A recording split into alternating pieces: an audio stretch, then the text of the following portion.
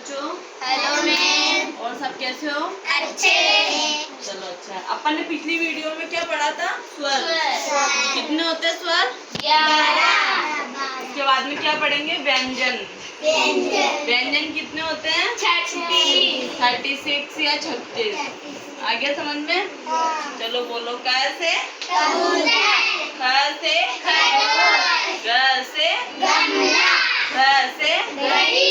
अणमण कुछ नहीं। च से चम्मच। छ से छाता। ज से जहाज। छ से झंडा। अणमण कुछ नहीं। ट से टमाटर। ठ से ठठेरा। ड से डमरू। ठ से ढक्कन। अणमण कुछ नहीं। त से तरबूज। छ से खरबूज।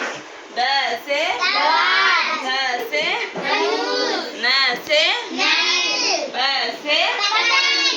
फ से फल। ब से बकरी।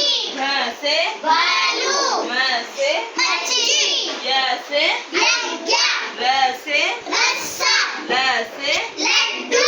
ब से पनीर। श से शलगम। श से शक्कर। स से सपेरा।